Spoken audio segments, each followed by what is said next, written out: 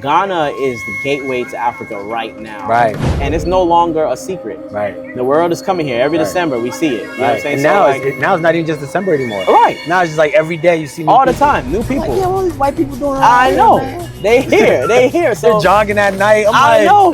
But we're the majority. Like at this time, there's not much here. It's like a blank sheet of paper. Yeah. If you don't really want to be here, you're gonna leave. And you have a million reasons to leave. Right.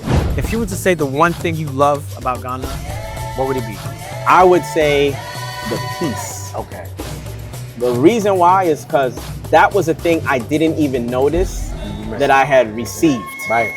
I didn't know. It wasn't until months later that I was like, yo, I haven't thought about police pulling me over. No, like police. That was what. Someone's. Are you stealing what? You know, you walk in the store, you just go for what you're gonna get. I told people like back home was like, this is the closest I've ever felt, and then having an American accent, all asked me. So like, this is the closest. I don't know what it's like to be white, right? But this right here has to be what whiteness feels like. Feels white. It feels white. It's a different energy. Right. So if we can get on the same page as terms of the diaspora and the continental African, if we can connect, it's a wrap. Right. It's a wrap. Right. You know what I'm saying? It's a wrap.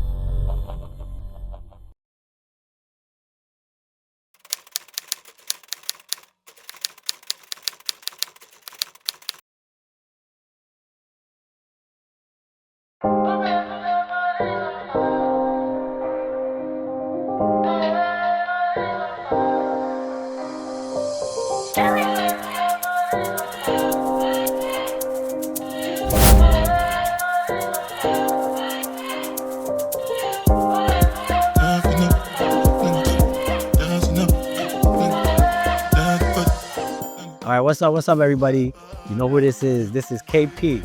Prince, aka KP, Ghana Boy. I'm adding a new attribute. I'm Ghana Boy. Ah, nice. So Ghana Boy. Nice. I'm here at Cloud 9 with Kerwin. Kerwin, yeah. Kerwin. Nice to meet you, Kerwin. Same. This is my people's. Kerwin is the owner of Cloud 9. And he's a diasporan. He's here. He's doing it. He has a nice little nightclub out here. And when you guys come out here, you got to come see him. So Kerwin, thank you for coming. Thanks for having us. Yeah. And I want people to know who you are. Yeah. What brought you to Ghana? Like, what was your mindset? Why did you? Yeah. Oh man, look. Love it. So got here. So first of all, Kerwin, also known as K Rich, also known as Rich. People call me different things, right? All you need to know is he's rich. Yeah, right. Most common. Yeah, good. My dad chose that one, so I'm happy about that one. So I came to Ghana in 2021. Okay. Right. 2019, I was a part of a group that started a school in Elmina. Okay. That's in Cape Coast. And we were in Cape Coast, yeah. Right, and we were actually just funding it.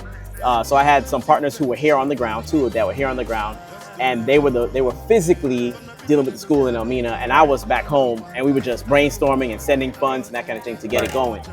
The school focuses on art and technology, which is my background. Okay. What's the name of the school? Future Leaders Inspired. Okay. Future Leaders Inspired. Okay. So, Fly. Okay. Right. So yeah, so so that was in 2019. I was like, bet, I'm gonna come in 2020 and check it out. Obviously COVID was like, nah. Right. You staying at the house. Right. And so 2021 I came out. So I figured I'd stay for like 2 weeks, come through, visit the school. My first time in Ghana, my first time on the continent.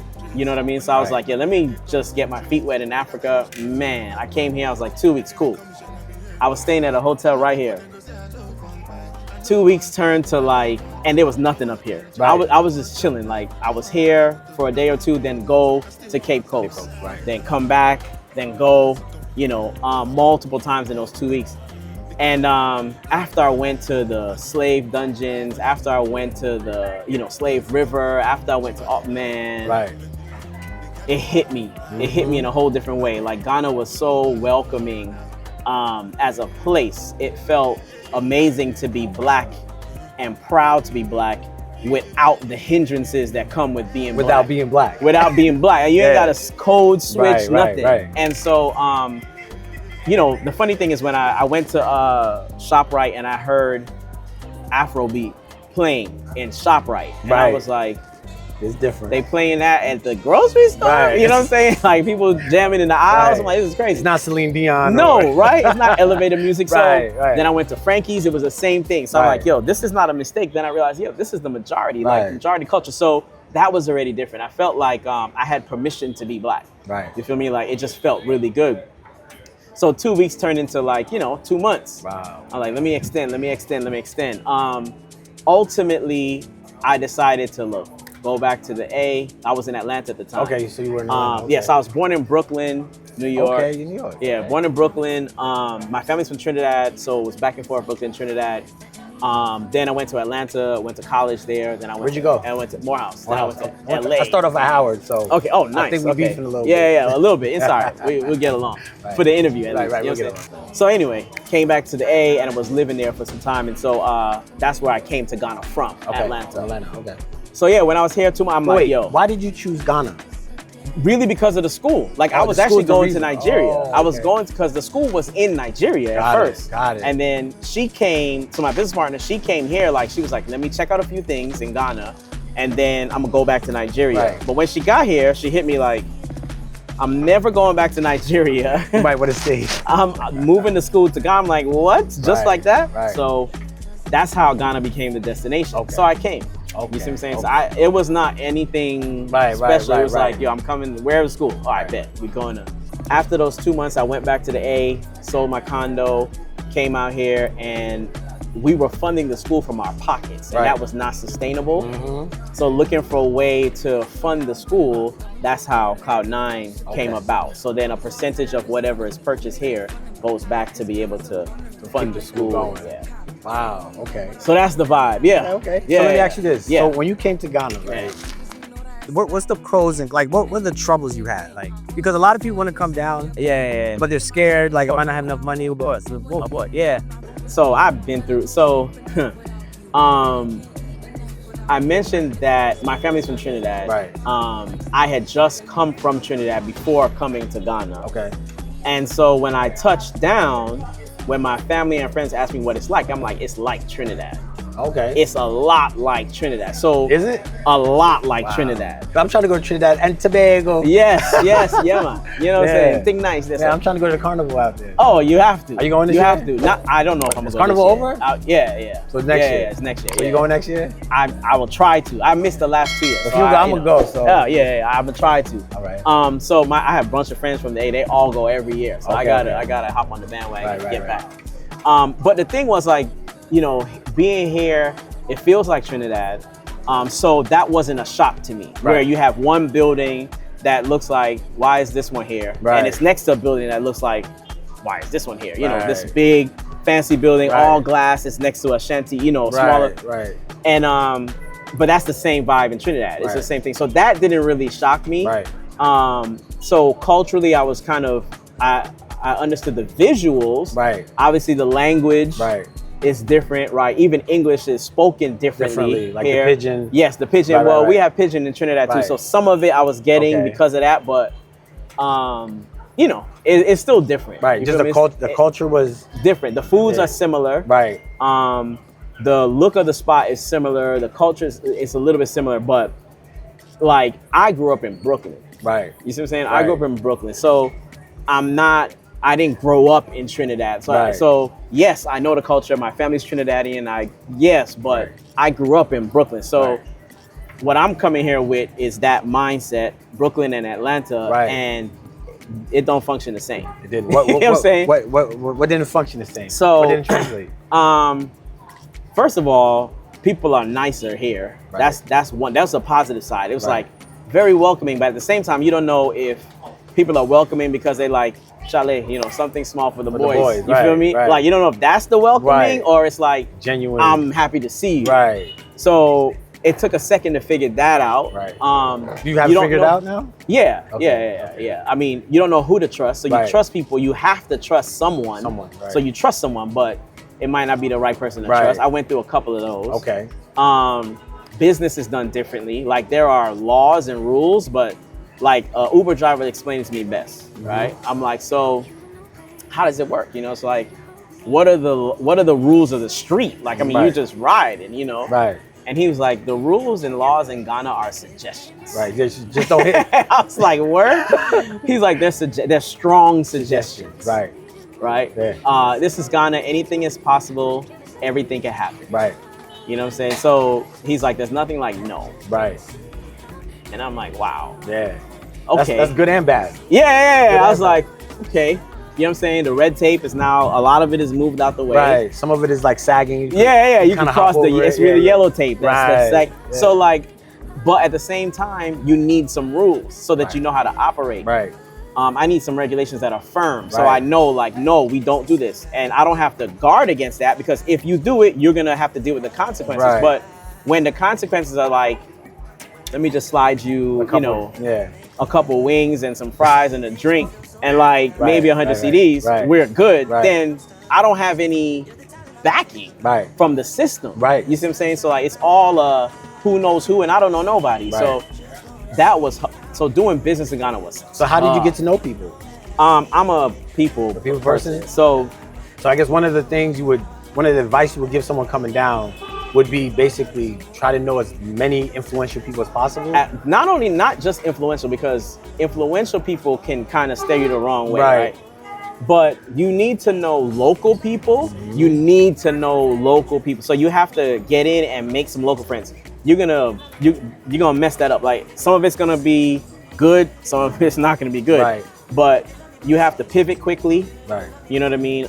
Keep your eyes and ears open. You will take some L's. Right. But ultimately you're learning the ropes. Right. You know what I mean? And so once you get some good people on your side, local people, and then you also have some influential people, then you can figure out how to move. Right. You'll trust, don't be afraid to trust, like you're gonna trust someone and you're gonna lose. Right. So I would tell someone, if you're coming here,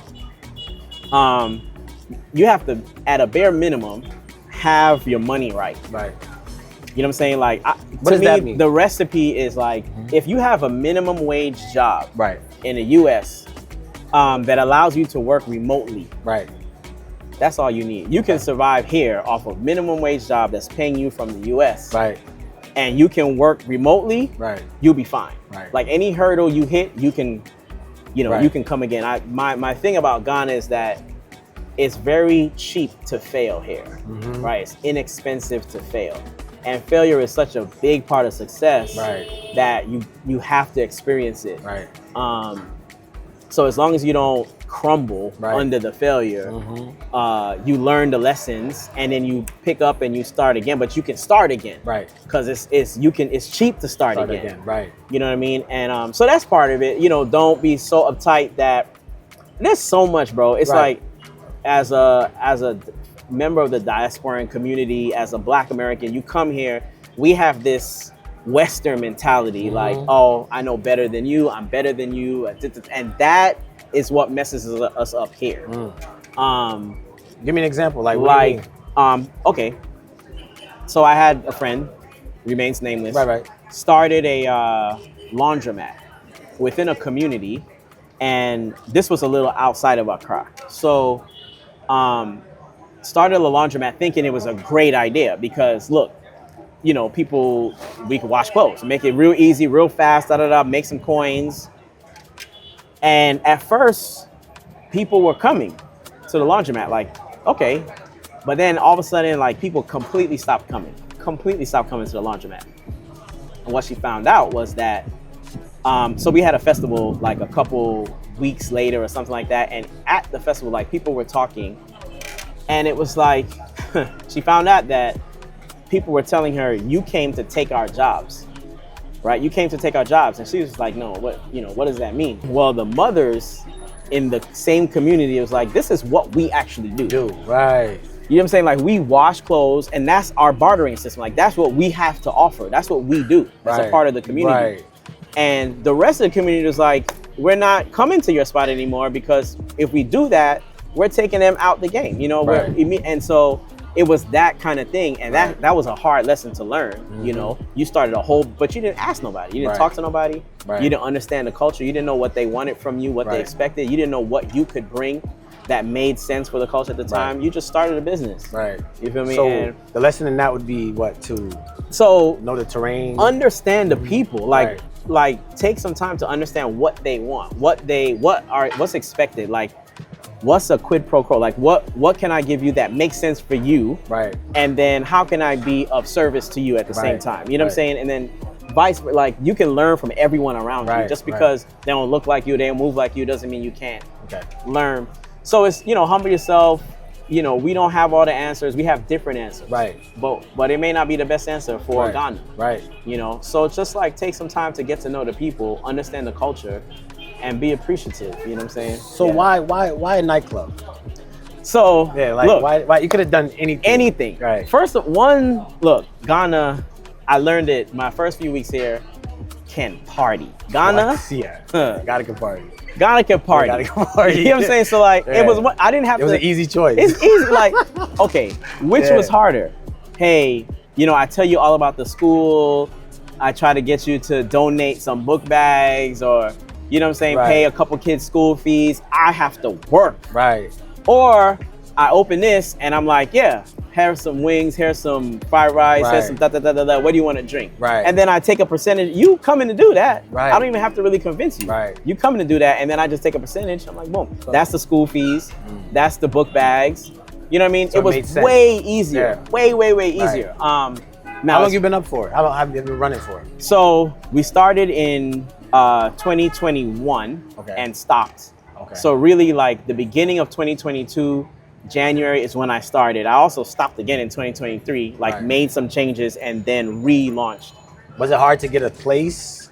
Yeah, so I know that's a little bit. Yeah, I had a place. The first place I opened, Cloud9, which will remain nameless as well. I opened it there and it was a terrible deal. They were trying to, you know, squeeze me. And I was fresh out. So like I didn't understand the vibe, the culture, like the whole, and I got done. You know what I mean? And so I lost some significant money. And so really right then it was like, yo, am I going back? Or am I thugging it out? Like, you know, and I'm stubborn. So you have to be like, you have, like we were saying, we're the pioneers. Like, you have to. I feel like, you know, for the ones that come here, like at this time, there's not much here. It's like a blank sheet of paper. If you don't really want to be here, you're gonna leave. You're gonna leave. Yeah, and you have a million reasons to leave. A million reasons to leave. And any one of them sounds great. You know, so yeah, you will leave unless you're the person that is gonna be able to stick through it, push through the challenges and all that. Yeah, but there's a lot to love about Ghana. Like, Ghana is the gateway to Africa right now. My background again is in entertainment, so as I see Ghana, like it is a hotbed for what's next. The world's music used to be reggae. It moved to hip hop. It is now African music. And everyone outside calls it Afrobeat. They don't know whether that's high life, hip life. They don't know whether it's, you know what I'm saying? I'm a piano. They don't know, but it's all Afrobeat to the rest of the world. But we're here. We know the differences, but this is the voice of the next generation. We don't know how long Africa has the youngest population in the world. It's crazy. So Ghana is next. You know what I'm saying? Ghana's next. And it's no longer a secret. The world is coming here. Every December we see it. You know what I'm saying? And so now, like, now it's not even just December anymore. Now it's just like every day you see all the time, new people. Like, all these white people doing all I know. They here. So they're jogging at night. I know. So it's like, it's that kind of thing, but we're the majority. So it's a different energy.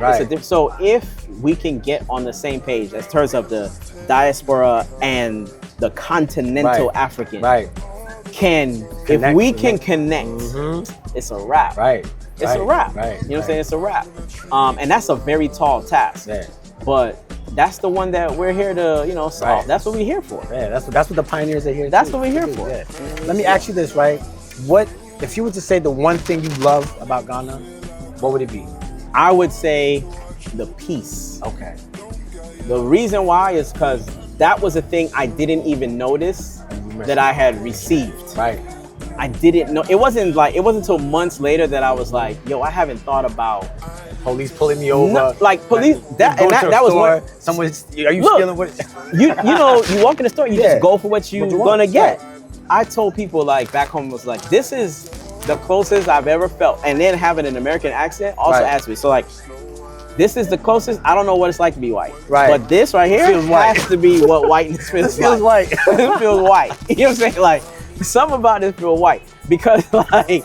You can walk in a store. Yo, I went to the British Council. You argue with the police. I'm like, why are you pulling me over? Right. You can say what you actually feel. Right. You could, you don't have to be rude, but like, you could question something that you don't. Right. Think it's normal. I went to like British Council and I'm having a conversation about entertainment. Right. They don't know me. I just got here. They don't really know me, and it's a whole panel. Conversations going. I was like, let me just ask a question. I start asking questions. Next thing you know, I'm having a full out conversation as if I was invited as a guest to speak. And it's because, I know it's because my accent, one, so they know I have a different perspective. But it's the piece, no one's threatened, no one's worried about, it's not like you're taking somebody's thing or no one's bothered. You're just having a conversation. And that's very different. So the first time I got pulled over by the police, I'm like, here we go. 10 and 12. But none of that was important. Nothing. None of that. Now you had to slide 20 CDs and keep it pushing. And even then, all I had was a 50. You had to tip them. And it was like, the driver was like, bro, that 50 is way too high. Just put that away. I'm like, bro, we're sitting, it's been 20 minutes already. Please give the man the 50. Let's ride. Let's go. We gave him the 50, we moved on. I'm like, so seriously, so in America, that would have been, you get pulled over, you get a ticket. That ticket has a court date. The court date's like, if you don't come, you got to arrest for a warrant out. You got points on your license. And then bribing an officer. Oh, then that's worse. Like, you tried to bribe the officer, you're going down. So all of that, meanwhile, 50 CDs was like, at the time, was about $4. No, at the time it was about $12 because it was like 6.02. Okay, that's was like 2021. Yeah, that's 20. So it was like 6.02, and I'm like, okay, bet. So I just paid like what, a little less than $20, and I'm done. This is crazy. You know what I'm saying? A new world opens up, this is crazy. So like that was new for me. But then the piece, like literally the piece, chilling. Like this is. I agree. I agree. Yeah. I remember when I came down back in 2001. Yeah. And I hadn't been in Ghana since I was a kid. Okay. So one day I was laying out on it wasn't the grass, but you had like these bricks in the house. I was like, I'm just laying up, looking up at the sky, and I realized for the first time, I was at ease. I was like, whoa.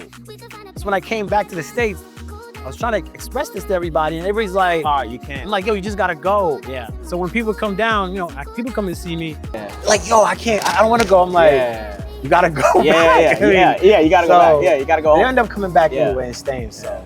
But it's great talking to you. The place is dope. Appreciate it.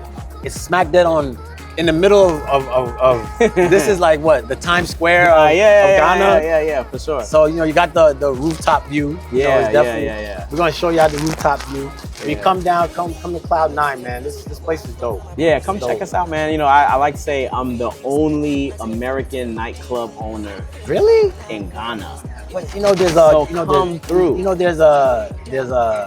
what is it? Some Fox. I know, but it's not a nightclub. Okay. I get it. They club at night. They do some things out there, but it's not a nightclub. I didn't know that. Okay. So that's the vibe. Are you planning on expanding this? Yeah. Are you looking for partners or investors? So I got some partners. And so they've been really, really dope. Okay. One is Nigerian, one is Ghanaian, and they live in Atlanta. Okay. You know what I'm saying? So it's actually now keeping fresh with the perspectives there. They run a nightclub out there. So like, we partner on a bunch of stuff. The reason why I'm saying is I wanted to have the biggest nightclub in Ghana. Okay, got you, yeah. I knew that right now is not the time for that. Yeah. You know what I'm saying? That's why I'm asking you looking for. The nightclub scene is actually dying. Yeah, it is. Why you say that?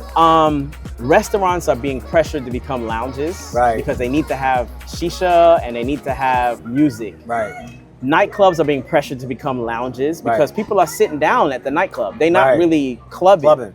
And then that's the thing too, I noticed in Ghana, if you notice, most people, I don't know if you experienced this, but when you go out, you know, like in the States, you go out to meet new people. Yeah. Typically, when I first came to Ghana, I'm just like, everybody's already with somebody. They're there. They have their people. You know what I'm saying? So have their people. they have these little cliques. Yeah. So you're just kind of floating through cliques. That's it's it. Like, That's it. And then the place is small, Right. so you're gonna see all the same people. You leave here, you go to the next spot, it's some Same of them people. over there. You go to the Right. next spot, it's the same people. Right. So, you know, I mean, that's the vibe. You know, Right. that's what it is. But the lounge vibe is what's really taking over, which is Right. why I like rooftops. Right. Man, it was great talking to you, man. Same. Like, It was great same. meeting you. This is the first time I met him. He's a cool dude. Like, Yeah. he came up here, he gave us the space to interview him.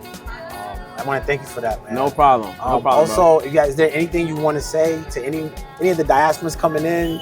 Any Man. advice? Yo, so this is just all personal. It's not even really about. It's just personal. So like, Right.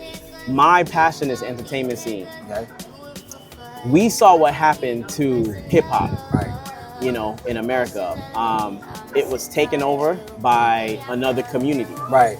and it was originally the voice Right. of our generation, Right. the voice of our culture, and it was taken over, you know, by another group who used it to make money, Right. and at the same time, we were captive in our own art form. Right. We should have learned a lot from that. We are well positioned Right. to come to Ghana and come to Africa. Africa is now the voice, Right. the musical voice of the next generation, Right. now and next. And we have a chance to implement a lot of the infrastructure that's needed to make entertainment thrive. Right. But we can do it on behalf of our people. We Right. can do it on behalf of people who look like us. And so I think that's the unique opportunity that we have. Like Africa has been pilfered for years, pillaged Right. for human Right. capital, for natural resources, gold, for oil, cocoa, and the next natural resource that's on the horizon that hasn't been completely tampered with yet is art. And so we own that creative space. Like, Right. Black people own the trends of the Right. world. Right. So let's take that and let's do something. Like, now is our time. Right. You feel me? So like, if you come in to Africa, any part of Africa, but especially Ghana, let's link, because that's actually my mission. So even this place, I like to dedicate it towards artists who are coming, whether it's photographers, videographers, like artists who are painting Right. murals, musicians, Right. dancers, performers, any artisan. And I'm not sure if you know, but we're building an app called Afro Tango. And Okay. That's literally what it is. Okay. We're just connecting with each other. And you guys can find them on Afro Tango too. Bet. Yeah. After we're done yeah, with yeah, this, yeah, we'll put you on Oh, there. perfect. And So I'm you actually opening another venue in Spintex that Okay. is dedicated to art. It's Okay. dedicated to artists. Okay. And so, you know, it's like an open air museum, but it has a concert stage that seats 2,000. Like, Okay, wow. it's a lot. It's a lot we Okay. got going on. So we got to go check that out too. Yeah, Let the people yeah, know. for sure, Okay, for sure, that'll for sure, work, for that'll sure. work. So we got a lot to see and do, and Yeah, make it happen. Yeah, Hey, yo, for sure. listen, you guys got to come down. You see Kerwin right here. He's Yeah, doing it. yeah. If you don't, he's going to get all the money. Ha, You know what I'm saying? Come down. slow down, His name slow is down, Rich. His you name know, is slow Rich. down, slow down. Yeah. Nah, but yeah, this is dope, man. Like, you got a beautiful spot. Appreciate I don't know it. if you guys can see the plane. You come out of the spot, you watch the planes take off right over you, man. It's a good date spot, man. Yeah, So come it down. is. It is. I see it. I like the vibes here. Does it get really packed? It gets packed. Okay, It gets I can packed. see So that. like people really start coming out by like 1:30. Yeah. We got some folks in town right now. We got a couple NFL players coming through tonight. Okay. To check us out from the Dallas Cowboys. Sam Williams is in town. Okay. So yeah, we're gonna hang out a bit Have fun. tonight and have a good time, and then see where the night takes All us. right. Well, this is your boy KP, GH Vibes, Yes, sir. AKA, I can't say that other one. I won't say that name. But this is Ghana Boy. I'm going to holler at you all later. Have a great night.